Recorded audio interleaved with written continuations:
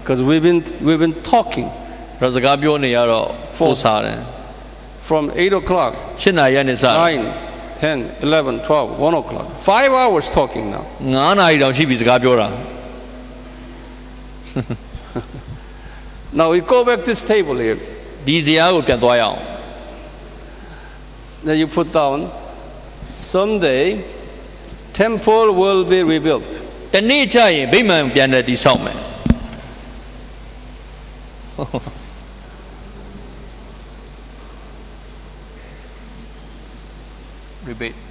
rebuilt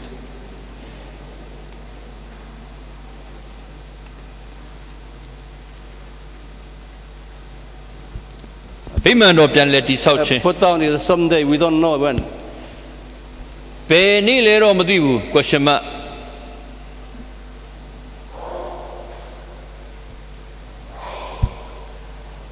and we will have 7-year tribulation ဗိဒံကြီးကာလ9နှစ်ရှိမယ်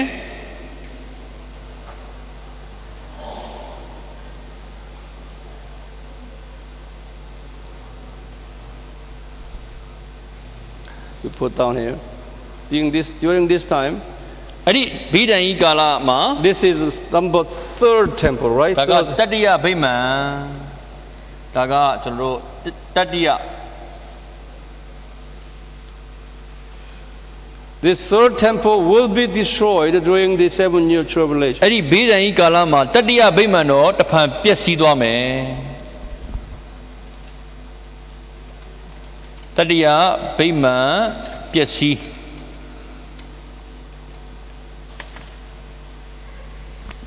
ဗိဒံကြီးကာလ9နှစ်မှာအဲ့တတိယချိန်ပြန်လဲတည်ဆောက်တဲ့တတိယဗိမာန်တော်ပျက်စီးသွားလိမ့်မယ်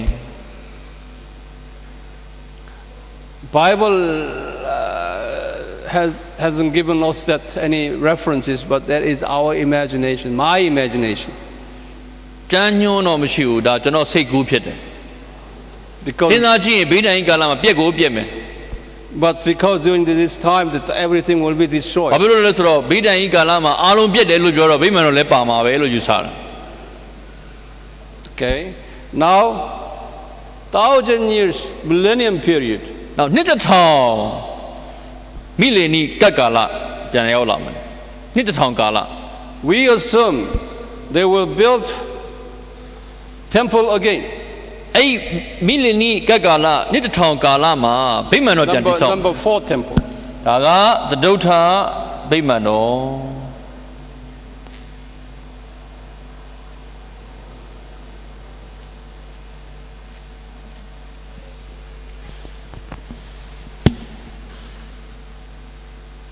ဒီမိလေနီကတ်ကာလနှစ်တစ်ထောင်ကာလမှာသဒုဋ္ဌဗိမာန်တော်တည်ဆောက်မယ် But Revelation chapter ဂတိကျမ်း 20 ခန်းကြီး20 said at the end of this millennium time there will be it's a worst battle အဆိုးဆုံးတိုက်ပွဲရှိမယ်လို့ဖော်ပြထားတယ် Put ဂတိ down ကျမ်း20မှာနောက်ဆုံးတိုက်ပွဲ final battle will take place Revelation 20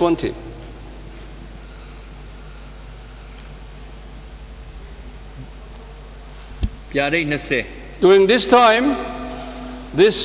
what temple number 4 temple 4 temple will be destroyed အဲ့ဒီချိန်သဒုဋ္ဌဗိမာန်ပျက်စီးမယ်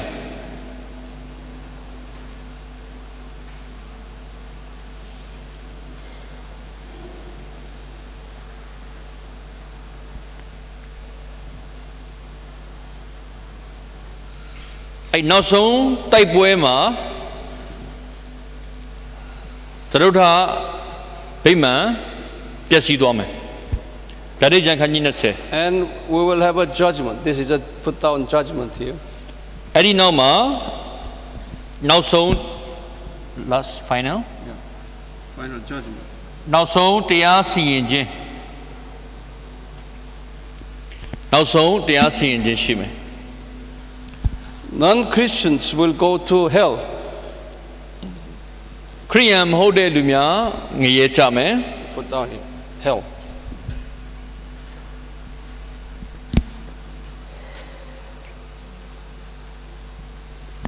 ငရဲရှိတယ် and Christians will go to new heavens. ခရိယန်တွေကောင်းကင်တစ်ကိုသွားမယ်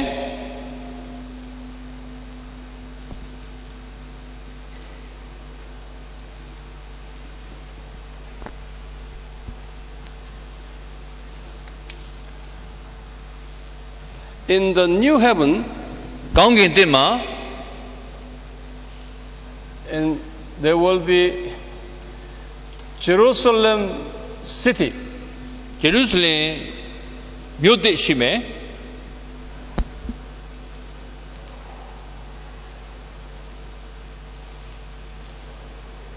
In Revelation chapter 21,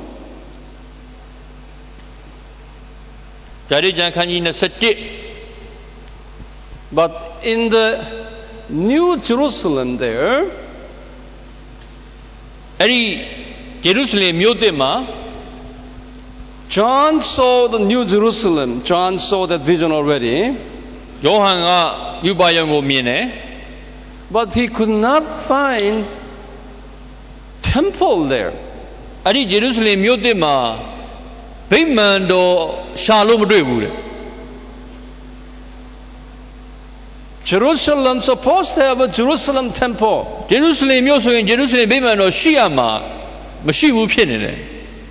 but John looked for the temple, but no temple. ဗိမာန်ကိုရှာတဲ့အခါဗိမာန်တော်တစ်ခုမှမတွေ့ရဘူး So in Revelation chapter 22, verse 22, ဗျာဒိတ်ကျမ်းခန်းကြီး22အငယ်1မှာပြောထားတယ် would you open and read it? ဗျာဒိတ်ကျမ်းခန်းကြီး22အငယ်1 21, 22. 21 21, 22. 21နော်ဟုတ်လား chapter 21 Revelation and verse 22. 22အခန်းကြီး21ဗျာဒိတ်ကျမ်းခန်းကြီး21အငယ်22မြို့ထဲ၌ဗိမာန်တော်ကိုငါမမြင်အကြောင်းမူကားအနန္တတကူနှင့်ပြည့်စုံတော်မူသောထာဝရရှင်ဘုရားသခင်နှင့်တိုးတငယ်သည်ထိုမျိုးဤဗိမာန်ဖြစ်တော်မူ၏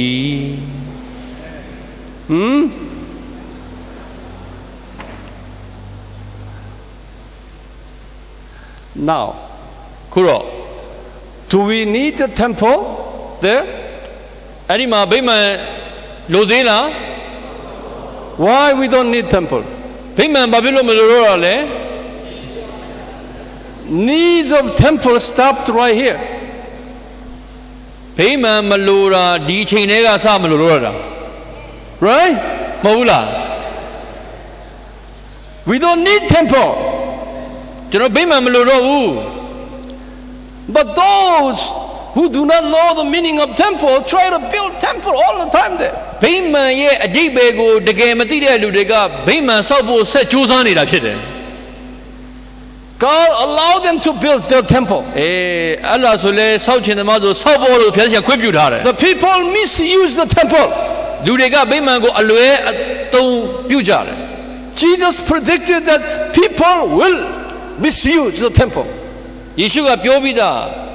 လူတွေကဗိမာန်ကိုအလွဲသုံးချလိမ့်မယ်လို့ကြိုတင်ပြောထားပြီးသား So now, this is Islam seminar, right? အခုကျွန်တော်တို့သင်တန်းပေးနေတဲ့အကြောင်းအရာကအစ္စလာမ်အကြောင်းဖြစ်တယ်နော် Now, God will raise up Islams ဘုရားသခင်ကအစ္စလာမ်ကိုမြင့်တင်ပေးပြီးတော့မှ to show us God's salvation plan like this. သူ့ရဲ့ရွေးနှုတ်ကယ်တင်ခြင်းအကြောင်းအရာကိုထင်ရှားစေခြင်းဖြစ်တယ်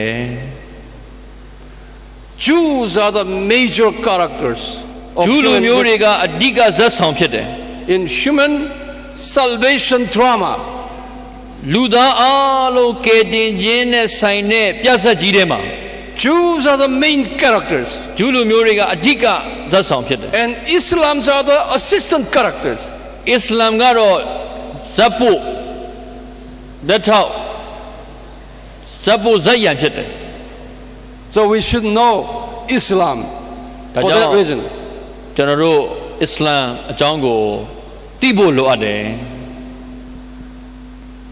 I I haven't finished yet. Afterကျွန်တော် lunch, I will continue. ကျွန်တော်ပြောတာမပြီးသေးဘူးထမင်းစားပြီးမှဆက်မယ်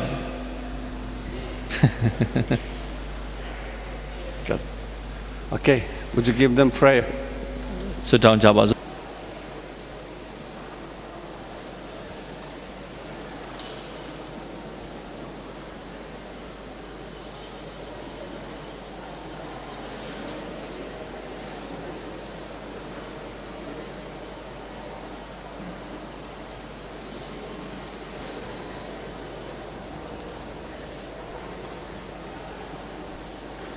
Okay. Now, okay, write down. လိုက်ရပါ Israel and Arab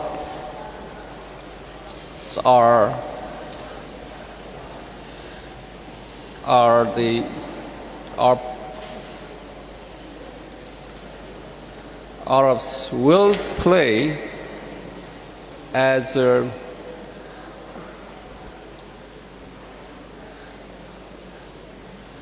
as the salvation drama characters, especially before the second coming of Jesus. They will be indicators for second coming of Jesus. Israel နဲ့အာရတ်တို့သည်သခင်ယေရှုဒုတိယအကြိမ်ပြန်မကြွလာခင်ကာလအတွင်း၌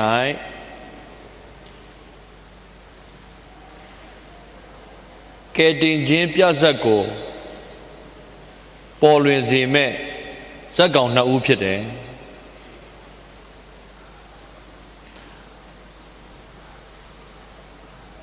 We Christians ကယ်တင်ခြင်းပြဇာတ်ကိုပြသမဲ့ဇက်ကောင်ဖြစ်တယ် Christians are audiences in before the stage, watching over their dramas. သူတို့နှစ်ဦးဟာခရစ်တော်မကြွလာခင်ကာလ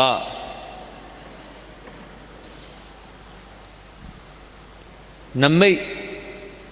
လက္ခဏာဖြစ်တယ်လို့သူတို့ရဲ့ဇက်စင်ပေါ်မှာကပြနေတာကိုထိုင်ကြည့်နေတဲ့အုပ်စုကတော့ခရိယန်တွေဖြစ်တယ်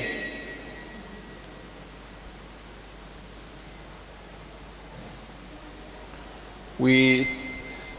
through temple destruction and construction stories, we have already noticed through their histories. Jesus told us, I will be coming back soon. သူတို့ရဲ့ဗိမာန်တော်တိဆောက်ခြင်းဗိမာန်တော်ပျက်စီးခြင်းပြန်လည်တိဆောက်ခြင်းတဖန်ပျက်စီးခြင်းဆိုတဲ့အရာတွေကိုကြည်ခြင်းအပြင်သခင်ယေရှုကြွလာဖို့နီးနေပြီဆိုတာကိုကျွန်တော်တို့ကလေ့လာသိရှိခွင့်ရတယ်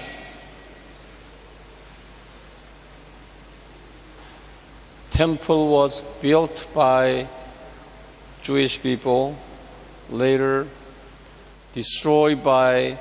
Arab Babylonians. ဗိမာန်တော်ကိုဂျူးတွေကတိဆောက်ခဲ့တယ်အဲ့ဒီဗိမာန်တော်ကိုဘာဘူးလုံဆိုတဲ့အာရတ်တွေကဖျက်ဆီးခဲ့တယ် and rebuilt by Jewish people ဂျူးလူမျိုးတွေကတဖန်ပြန်တိဆောက်ခဲ့တယ် and destroyed by Romans, who are also one of the assistant drama characters. Roman ယောမအစိုးရကယောမတွေကဗိမာန်တော်ကိုတခါဖျက်ဆီးခဲ့တယ်ဒါကြောင့်ယောမတွေကလည်းဇက်ပို့တွေဖြစ်တယ်အယံဇက်ဆောင်တဲ့လူတွေဖြစ်တယ်နော် Now the temple site, on the temple site, empty, pagan temple site, Arabs built their temple there. အဲ့ဒီဖြည့်ဆည်းခံရတဲ့ဖြည့်ဆည်းခံရလို့လွတ်နေတဲ့တောင်ပေါ်မှာအာရတ်တွေကဗိမာန်ပြန်ဆောက်တယ် And later, Jews and Arabs will build temple together there. နောက်ပိုင်းကျရင်ဂျူးတွေနဲ့အာရတ်တွေကအတူတကွဗိမာန်တည်ဆောက်ကြအောင်မယ် Jesus said, all these signs are my second coming signs. သခင်ယေရှုကတော့အဲ့ဒီနမိတ်လက္ခဏာတွေဟာသူကြွလာဖို့နီးပြီဆိုတဲ့ပုပ္ပနမိတ်လက္ခဏာတွေဖြစ်တယ်လို့ပြောခဲ့တယ်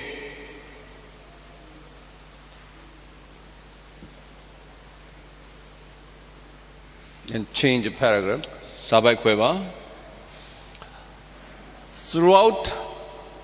their histories, they will be fighting each other. သူတို့ရဲ့တမိုင်းတစ်လျှောက်လုံးအချင်းချင်းတိုက်ခိုက်ကြလိမ့်မယ်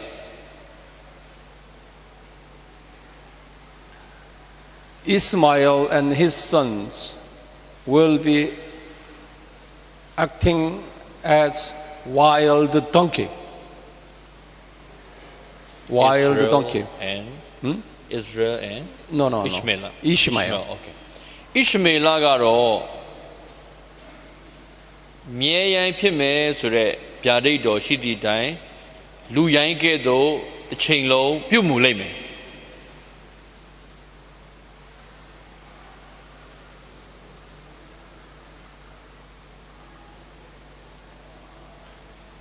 While the donkey does not have master. ရိုင်းသောမြဲကလေးကသခင်မရှိဘူး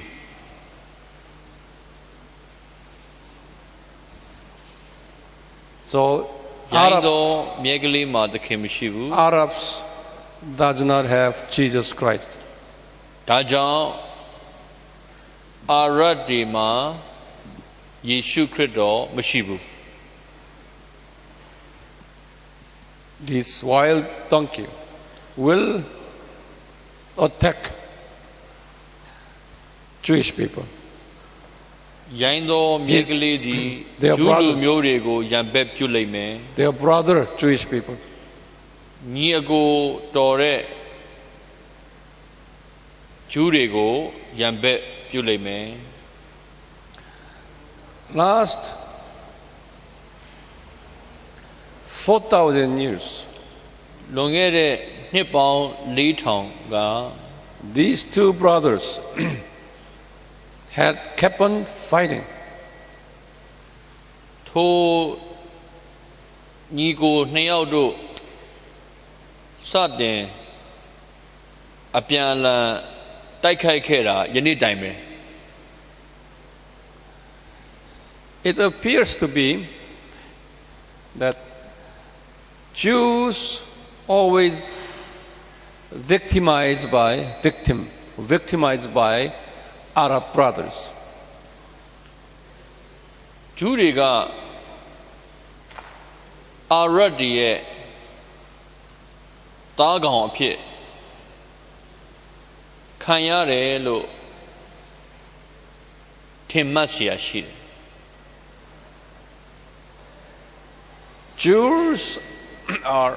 Jews portrayed as a good guys, and Arabs portrays pictures as bad guys. ဂျူးတွေကိုလူကောင်းအနေနဲ့ပေါ်ပြပြီးအာရတ်တွေကိုတော့လူဆိုးအနေနဲ့ပေါ်ပြတာ ဂျူးတွေကလူကောင်းအသွင်ဆောင်ပြီးတော့အာရဗ်တွေကတော့လူဆိုးအသွင်ဆောင်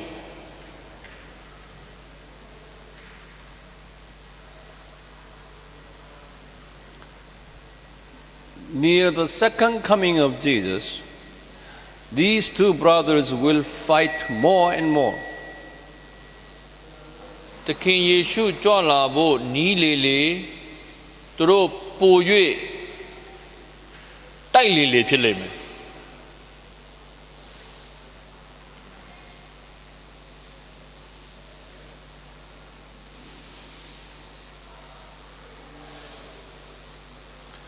2,000 years ago,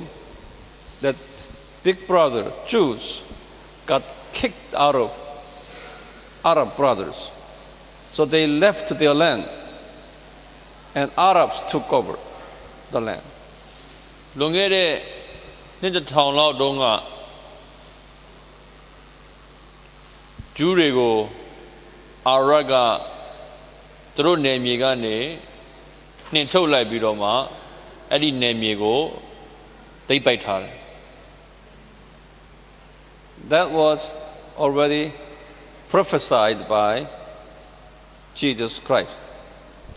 ဒါကိုယေရှုခရစ်တော်ကိုယ်တိုင်က prophet ပြုထားခဲ့တယ်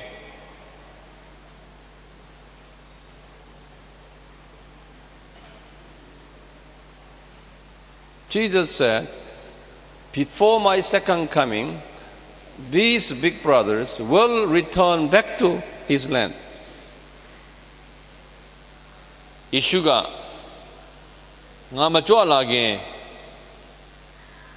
အဲ့ဒီနှင်ထုတ်ခြင်းခံရတဲ့ညီကိုများဟာနေရင်းပြည်ကိုပြန်ရောက်ရမယ်လို့ပြောထားခဲ့တယ် And these two big brothers will fight against Arabs because in order to take over their land.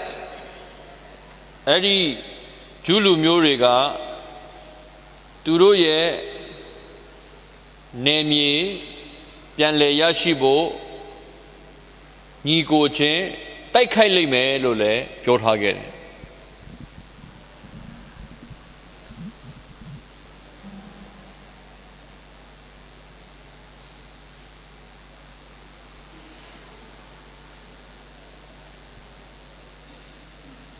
And change the paragraph. စာပိုက်ခွဲပါ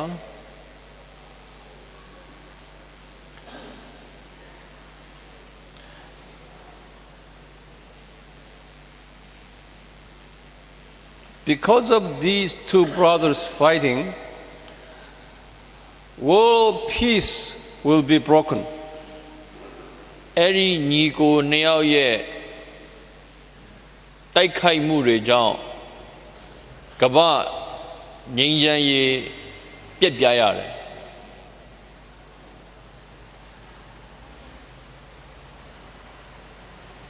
And big powers in big nations, okay, like Russia and America and Europe, okay, those people will very concerned of these little two brothers fighting because their fighting will affect their fighting. Big တကယ်ကမ္ဘာအင်အားကြီးနိုင်ငံတွေဖြစ်တဲ့အမေရိကတို့ရုရှားတို့ Europe, ဥရောပတို့ဟာဒီညီကိုနှစ်ယောက်တင်းငယ်တဲ့ညီကိုနှစ်ယောက်ရဲ့တိုက်ပွဲကိုစိတ်ဝင်စားနဲ့ကြည်နေရတယ်။ဘာဖြစ်လို့ဆိုတော့ဒီညီကိုနှစ်ယောက်ရန်ဖြစ်တာနဲ့သူတို့တွေကိုလည်းထိခိုက်လို့သူတို့ရဲ့အားပြိုင်မှုကိုလည်းထိခိုက်လက်ရှိ because these two brothers are controlling world economy. ဘာကြောင့်လဲဆိုတော့အဲ့ဒီညီအကိုနှစ်ယောက်ကအဲ့ဒီညီနောင်နှစ်ပါးကကမ္ဘာစီးပွားရေးကိုချုပ်ကင်ထားလို့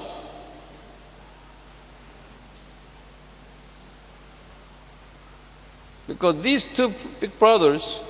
fighting will affect big countries' security. Now အဲ့ဒီညီနောင်နှစ်ပါးရဲ့တိုက်ခိုက်မှုဟာ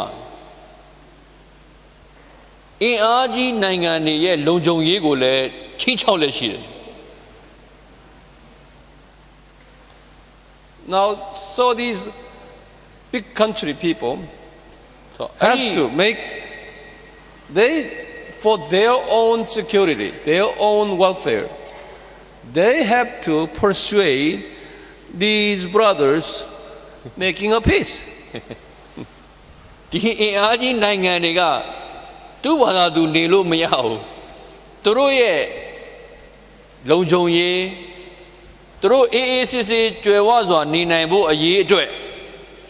အဲ့ဒီညီနောင်နှစ်ပါးရဲ့ပြဿနာကိုငြိမ်းချမ်းရေးရအောင်တိုက်တွန်းရတယ်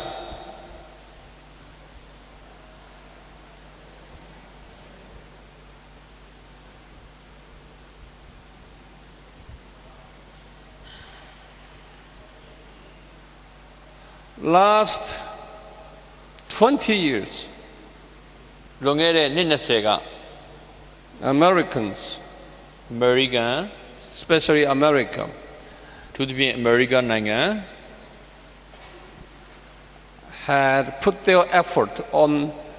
these two brothers' peace agreement. အဲ့ဒီညီကိုနှစ်ဦးငြိမ်းချမ်းရေးရဖို့ရန်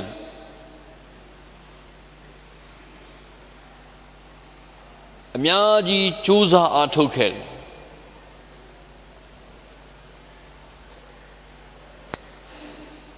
ကြိုးစားအားထုတ်မှုများစွာပြုခဲ့တယ် Especially သူတို့ဖြင့် amongst the Arab, the biggest brother of Arab country, okay, elder brother of Arab country is not Saudi Arabia, is Egypt. Egypt is a big brother among the Arabs. အာရတ်လူမျိုးတွေထဲမှာအကိုကြီးကဆော်ဒီအာရေဗျမဟုတ်ဘူးအီဂျစ်ဖြစ်တယ်အီဂျစ်ကအကိုကြီးဖြစ်တယ် In Cairo, Egypt, အီဂျစ်နိုင်ငံကိုင်ရိုမြို့မှာ the university called Al-Azhar University is the top university among the Islamic universities. Al-Azhar ဆိုတဲ့တက္ကသိုလ်ကြီးဟာအစ္စလာမ်ဘာသာဝင်တွေရဲ့အကြားမှာထိပ်သီးတက္ကသိုလ်ကြီးတစ်ခုဖြစ်တယ်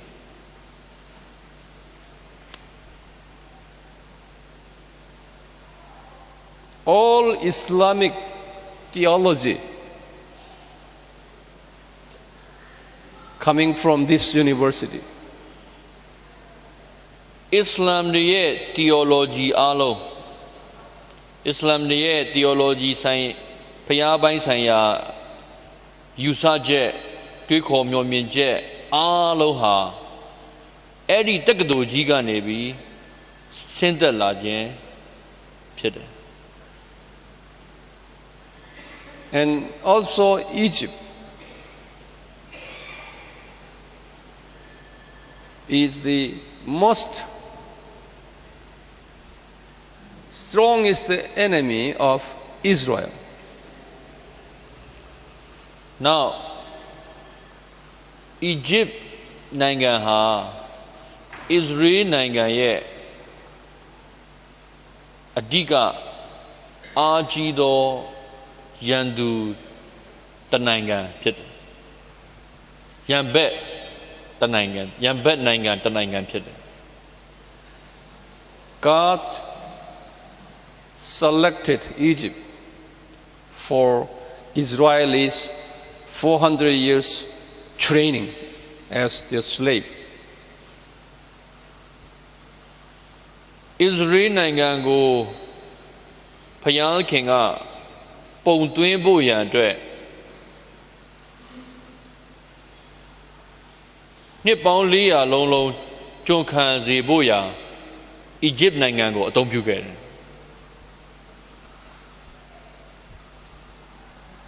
So if Egypt and Israel sign the peace agreement, it will be historic. အကယ်၍ Israel နဲ့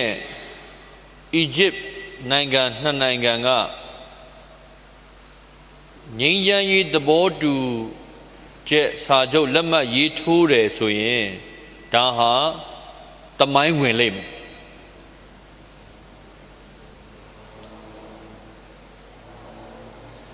It will be the first time in 4,000 years their history. Abraham was BC 2000, okay? So now Israel history is 4,000. It will be 4,000 years in their history that Israel and Egypt first time signed peace agreement, if they signed peace agreement. So it's a very historic moment if they signed it. အာဗြဟံကနှစ်2000အခုနှစ်2000ဆိုတော့နှစ်ပေါင်း4000သမိုင်းကြောင်းမှာ Israel နဲ့ Egypt နဲ့ငြိမ်းချမ်းရေးသဘောတူညီချက်စာချုပ်ကိုရေးထိုးနိုင်တယ်ဆိုရင်စံတင်လောက်တဲ့သမိုင်းဝင်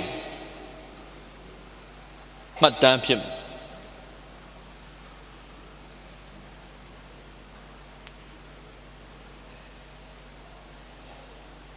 And if they sign together, Israel and Egypt, then other Arabs will follow. Egypt နဲ့ Israel သာငြိမ်းချမ်းရေးလက်မှတ်ရေးထိုးနိုင်တယ်ဆိုရင်တခြားအာရပ်နိုင်ငံအားလုံးလိုက်လာလိမ့်မယ်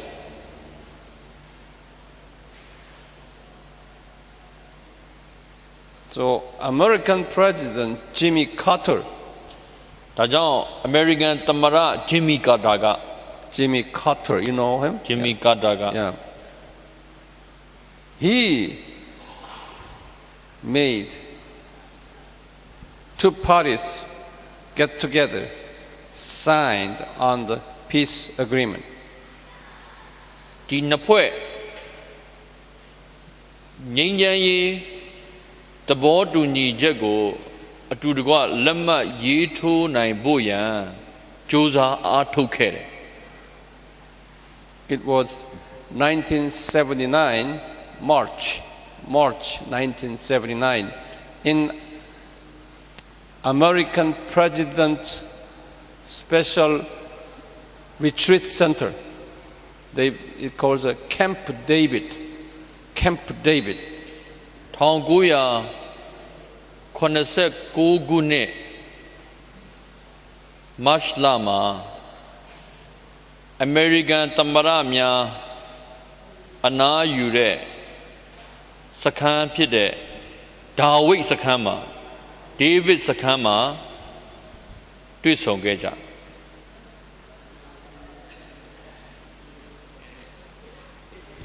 Egyptian president at the time was Anwar Sadat. အဲ့ဒီအချိန်မှာ Egypt နိုင်ငံရဲ့သမ္မတက Sadat and Prime Minister Begin ဝန်ကြီးချုပ်က Begin and Israel Prime Minister Israel နိုင်ငံဝန်ကြီးချုပ်က Begin Menachem Begin, but anyway Begin ဒါပေမဲ့အတူပဲမှတ်ရအောင် Begin they came to Camp David, သူတို့ဟာ America. ဒါဝိဒ်စခန်း Camp David. David စခန်းကိုရောက်ရှိခဲ့ကြ That's the American President Special House outside in Washington. It's a special like country club. You know what I mean? Yeah. You have your language there? ဒီနေရာကသမ္မတများအနားယူရာစခန်းဖြစ်တယ်အပန်းဖြေစခန်းလိုမျိုးပေါ့အထူးတိဆောက်ထားတဲ့အိမ်တော်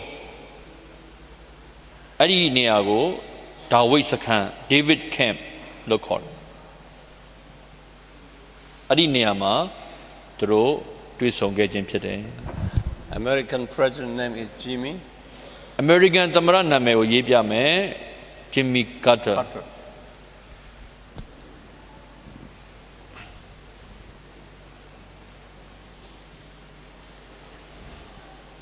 After they signed, whole world had that news on top of their newspaper. သူတို့တွေလက်မှတ်ရေးထိုးတဲ့အကြောင်းကို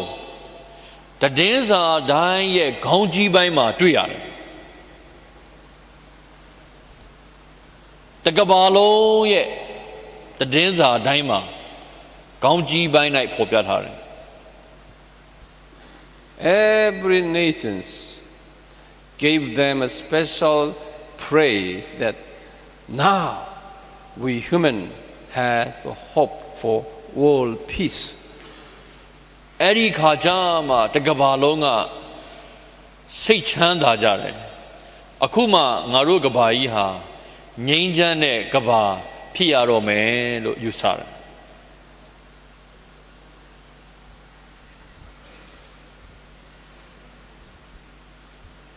Even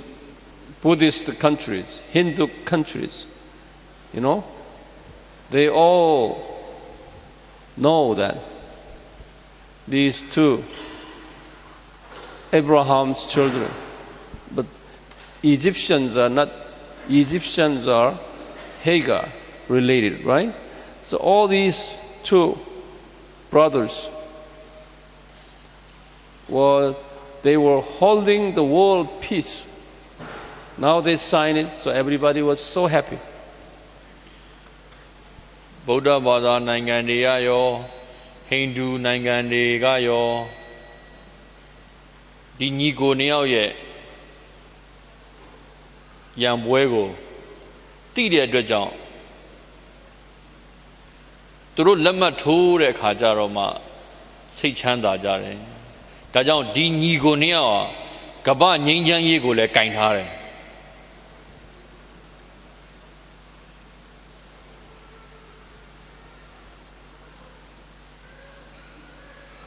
After their peace agreement, အဲ့ဒီငြိမ်းချမ်းရေးသဘောတူညီချက် in ပြုပြီးနောက်ပိုင်းမှာ 1994, 1994 there was October, အောက်တိုဘာလ၌ Israel and Jordan made a peace agreement. Israel နဲ့ Jordan ငြိမ်းချမ်းရေးရယူခဲ့တယ် Israel နဲ့ Jordan နှစ်နိုင်ငံငြိမ်းချမ်းရေးရယူခဲ့ကြတယ် After this, အဲ့ဒီနောက်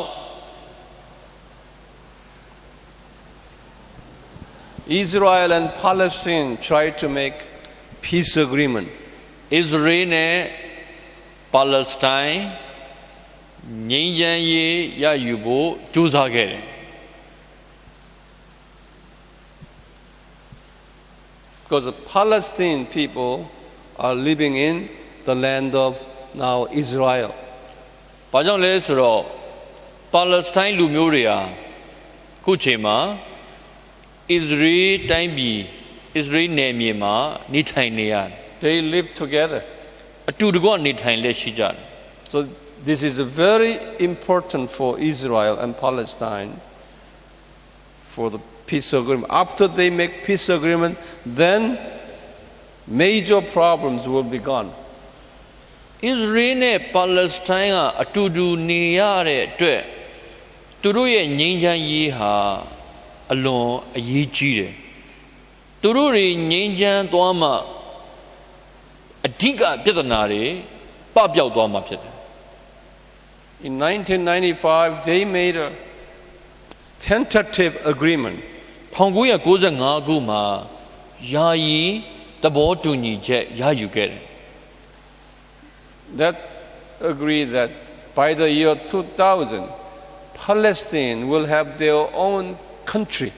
independent country within these territories. အဲ့ဒီယာယီသဘောတူညီချက်ဟာနှစ်2000၌ပါလက်စတိုင်းနိုင်ငံတီချာရက်တီခွင့်ပေးမယ်ဆိုတဲ့သဘောတူညီချက်ပါတယ်တီချာလွတ်လပ်သောနိုင်ငံအဖြစ်ရက်တီခွင့်ရရှိမယ်ဆိုတဲ့သဘောတူညီချက်ပါတယ် But both sides, Palestine and Israel, extremist, fundamental people, they broke that tent agreement. နှစ်ဖက်စလုံးမှာရှိတဲ့အစွန်းရောက်သမားတွေ Israel ဘက်ကရော Palestine ဘက်ကရောအစွန်းရောက်ဝါဒီသမားတွေရဲ့လက်ချက်ကြောင့်အဲ့ဒီသဘောတူညီချက်ပြတ်ပြားခဲ့ရတယ်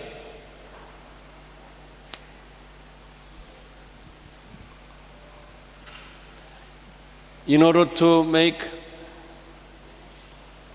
Israel-Palestine peace agreement, Americans, Russians,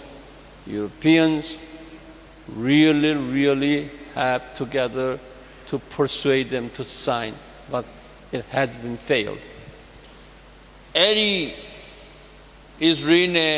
Palestine တို့ငြိမ်းချမ်းရေးရဖို့ရန် American, Russia ဥရောပနိုင်ငံတွေကနေအကြိမ်ကြိမ်နီလန်မျိုးစုံနဲ့လက်မှတ်ရေးထိုးနိုင်ဖို့ရန်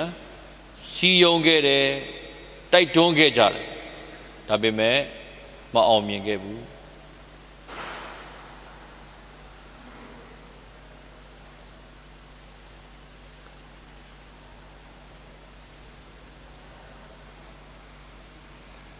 The remaining Arab countries are also pushing Palestine to sign. ကျန်တဲ့အာရပ်နိုင်ငံတွေကလည်းပါလက်စတိုင်းကိုလက်မှတ်ရေးထိုးဖို့ရန်အတွက်ဖိအားပေးတယ် But inside of Palestine, after have you heard of Arafat? Okay, he was a moderate man. He was about to sign, but the other side is very extreme, fundamental guys. Arafat died. After he died, extreme guys, they took power. အဲ့ဒီလိုဖိအားပေးမှုတွေကြောင့်ယာဆာအာရာဖတ်လက်ထက်မှာအာရာဖတ်ကအလေအလတ်လမ်းစဉ်ကျင့်သုံးတဲ့မွတ်စလင်တူဖြစ်တဲ့အတွက်ကြောင့်လက်မှတ်ထိုးဖို့ကြိုးစားနေတဲ့အချိန်မှာသူကွယ်လွန်သွားခဲ့တယ်သူတည်ဆုံးသွားတဲ့အခါမှာတော့တစ်ဖက်ဆွန်းဝါဒီသမားတူကခေါင်းဆောင်နေရာကိုရယူသွားတယ် This party called Fatah party. အဲ့ဒီပါတီကို Fatah party. ဖာတာပါတီလို့ခေါ်တယ် These extremist people, they knew they could not survive if they maintained that extreme position. So they changed. Now they are now leaning toward America. အဲ့ဒီပါတီကသူတို့တစ်ဖက်ဆွန်းအနေနဲ့ဆက်ပြီးအသက်ရှင်မယ်ဆိုရင်တော့တက်ဆိုးရှည်မှာမဟုတ်ဘူးဆိုတာသဘောပေါက်တဲ့အတွက်ကြောင့်သူတို့ရဲ့မူအနှဲငယ်ပြောင်းပြီးအမေရိကကိုအားကိုးလာတယ်အမေရိကန်ပေါ်မိခိုလာတယ် So they are good friend of America now. အခုတော့အမေရိကန်နဲ့မိတ်ဆွေဖြစ်လာတယ် But there are another strong fundamental party called Hamas. ဒါပေမဲ့နောက်ထပ်အစွန်းရောက် fundamental ပါတီတစ်ဖွဲ့ရှိသေးတယ်အဲ့ဒီအဖွဲ့ကို Hamas လို့ခေါ်တယ် Hamas pressing government, okay, now Fatah government, not to make any negotiation with Israel. Hamas ဖွဲ့တွေကနောက်ကနေ Fatah အစိုးရကိုဖိအားပေးတယ် Israel နဲ့အပေးယူလုံးဝမလုပ်ရဘူးလို့ဖိအားပေးလာတယ် So today, the Palestine situation is up in air. We don't know where to go. ဒါကြောင့်ဒီနေ့ Palestine ဒေသရဲ့အခြေအနေကလေထဲမှာပဲရှိတယ်ဘယ်ဘူတာဆိုင်မလဲမသိသေးဘူး Now, Palestine and Israel agreement is so crucial Palestine for နဲ့ world peace. Israel တို့ရဲ့သဘောတူညီချက်ဟာကမ္ဘာငြိမ်းချမ်းရေးအတွက်အရေးကြီးတယ်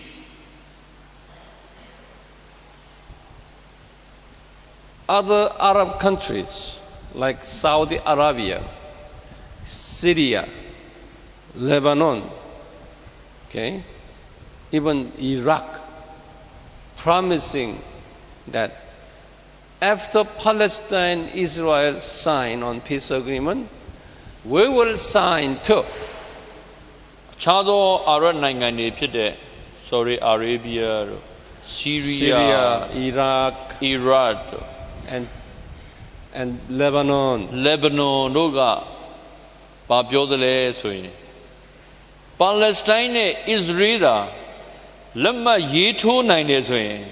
ငါတို့လည်းနောက်ကလိုက်ဖို့အစဉ်သင့်ရှိတယ်လို့ပြောတယ်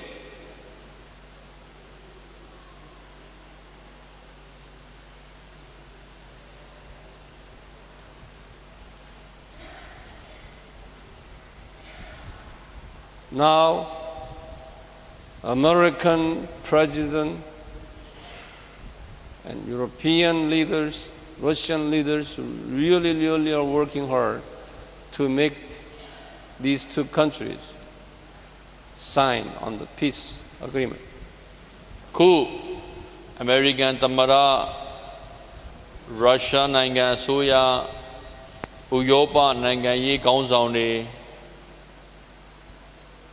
ဒီစာချုပ်ဖြစ်မြောက်ရေးအတွက်လက်မှတ်ရေးထိုးနိုင်ဖို့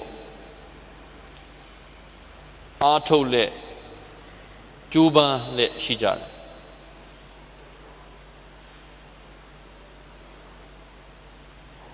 Eventually, Israel and all Arab countries will sign on the peace agreement,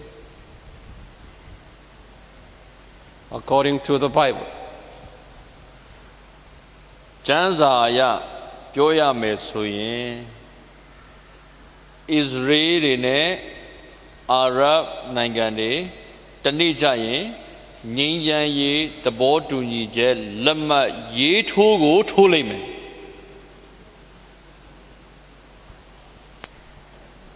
That will be done before 7 years tribulation. အဲ့ဒီငြိမ်းချမ်းရေးသဘောတူညီမှုဟာဘေးဒဏ်ကြီးကာလ9နှစ်မတိုင်ခင်ဖြစ်ရမယ် Someplace here. ဘေးဒဏ်ကြီးကာလ9နှစ်မတိုင်ခင်တစ်ချိန်မှာတော့လက်မှတ်ရေးထိုးလိုက်မယ်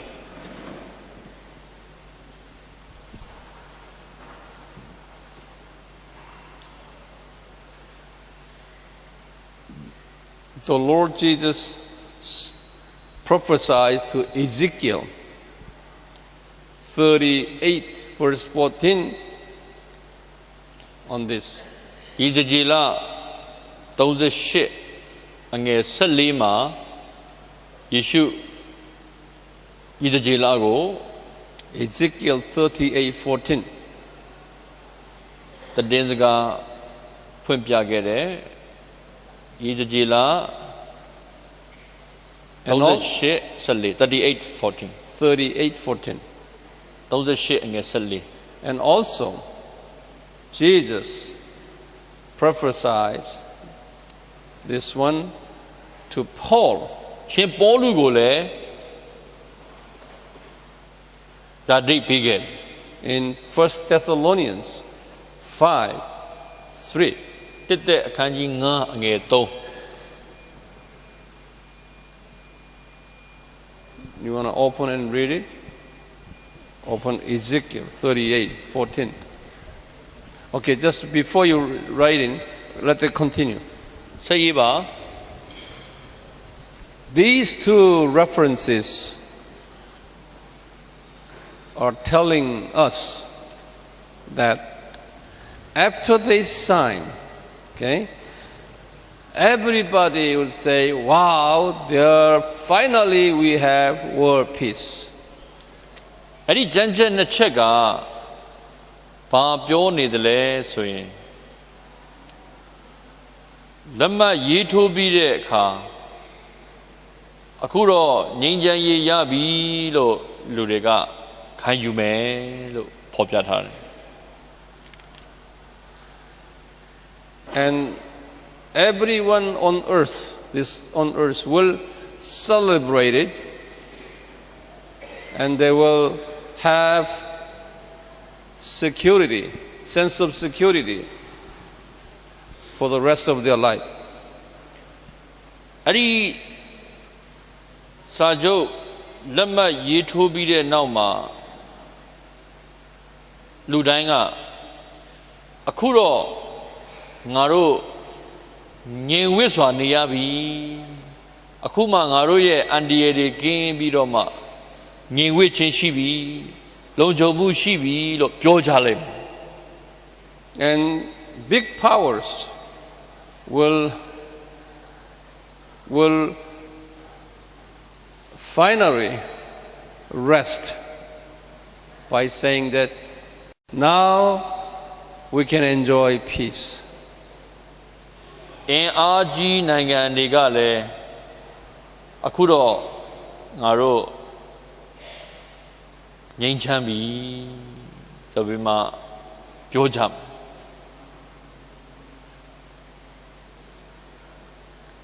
And these two references continue to say that as you have that peace and comfort after you sign these two sign an agreement, suddenly destruction will begin, he said. ဒီတန်းချက်နှစ်ချက်ကဘယ်လိုဖော်ပြထားလဲဆိုတော့အဲ့ဒီလိုလက်မှတ်ထိုးပြီးတော့မှအားလုံးငြိမ်းချမ်းပြီလို့ပြောဆိုနေတဲ့အချိန်အခုမှငြိမ်သက်ပါပြီလို့ခံယူနေတဲ့အချိန်ကြမှာရုပ်ခနဲဖြစ်စည်းခြင်းပေါ်လာမယ်လို့ဖော်ပြထားတယ် That means 7-year tribulation will be followed. That's World War III. အဲ့ဒီအချိန်မှာဘေးဒဏ်ကြီးခုနှစ်နှစ်အစပြုမယ်အဲ့ဒီဘေးဒဏ်ကြီးခုနှစ်နှစ်ကတော့တတိယကမ္ဘာစစ်ဖြစ်တယ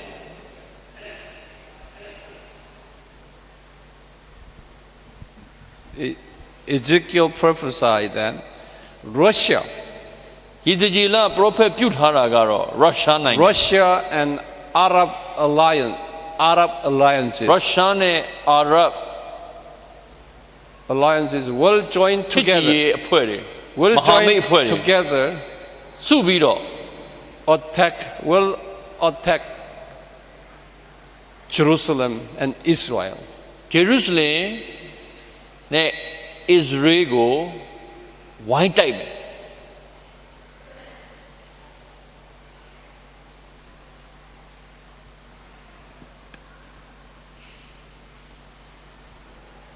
Okay. Now Ezekiel 38:14. ယေဇကျေလ38:14ကိုဖတ်ပါမယ်တို့ဖြစ်၍ Just ချင်းလူသား let everybody open it first. ကျွန်တော်တို့အားလုံးအရင်ဖွင့်ရအောင် Just wait. ဖွင့်ပြီးမှဖတ်ကြရအောင် ယေဇကျေလ38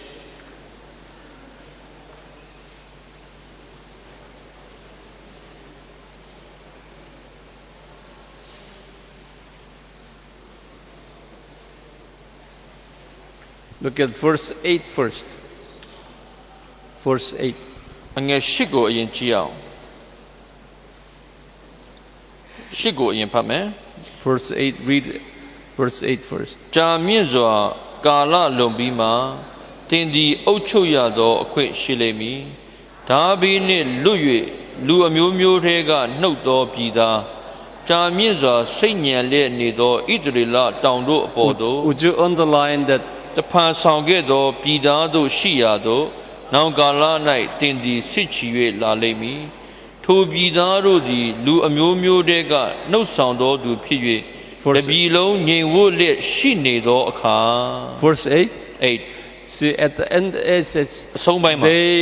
are living securely. တပြည်လုံးငြိမ်ဝတ်လျက်ရှိနေသောအခါ Underline that part. ဒီကျမ်းချက်လေးကိုမြင်တာထားပါ And verse 14. တပြည်လုံးငြိမ်ဝတ်လျက်ရှိနေသောအခါဆိုတာ Verse မြင်တာပြီး14ကိုကြည့် 14, 15, 16. 14 15 16တို့ဖြစ်၍အချင်းလူသားပရောဖက်ပြု၍အရှင်ထာဝရဘုရား၏အမိန့်တော်ကိုဂောဂအားဆင့်ဆိုရမည်မှာငါ၏လူဣသရေလအမျိုးသားတို့သည်ငြိမ်ဝတ်စွာနေသောအခါတင်သည်တိ၍မြင်းစီသောသူအလုံးရင်အပေါင်းအာကြီးသောစစ်သူရဲ့အပေါင်းတို့နှင့်တကွမြောက်မျက်နာမှခြီလာမည်ပြည်ကိုမိုးအုံတကဲ့သို့ငါ၏လူဣသရေလအမျိုးသားတို့ကိုတက်၍တိုက်လာမည်နောင်ကာလတွင်ငါ၏ပြည်တစ်ဖက်၌တင့်ကိုငါဆောင်ခဲ့မည်မဟုတ်လောအကြောင်းမူကားအိုဂောဂသူအမျိုးမျိုးတို့မျက်မှောက်၌တင့်အားဖြင့်ငါသည်ချီးမြှောက်ရာသို့ရောက်သောအခါသူတို့သည်ငါကိုတိရကြမည်အကြောင်းတည်း Okay. Now you can underline that area first. And also you look at 1 Thessalonians 5:3. ဒါကိုလည်းမြင်တာထားပြီးတော့မှတက်တာလောနိဓမ္မဆောင်ခန်းကြီး9ငယ်3ကိုကြည့်အောင်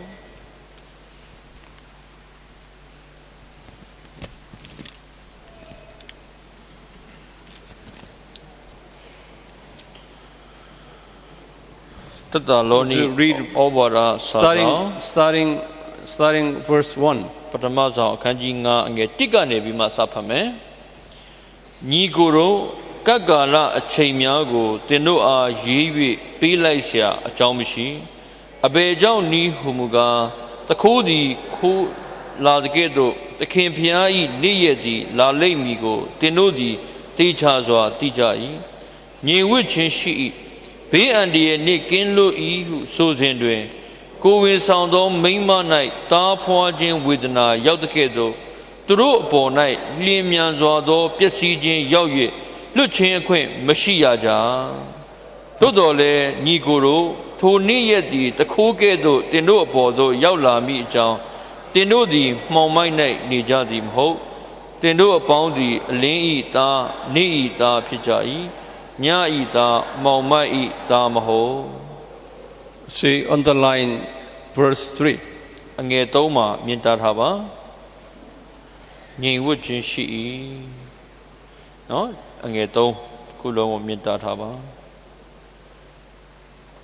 Understand? yes Okay. Now, would you erase this? I'm going to give you new title.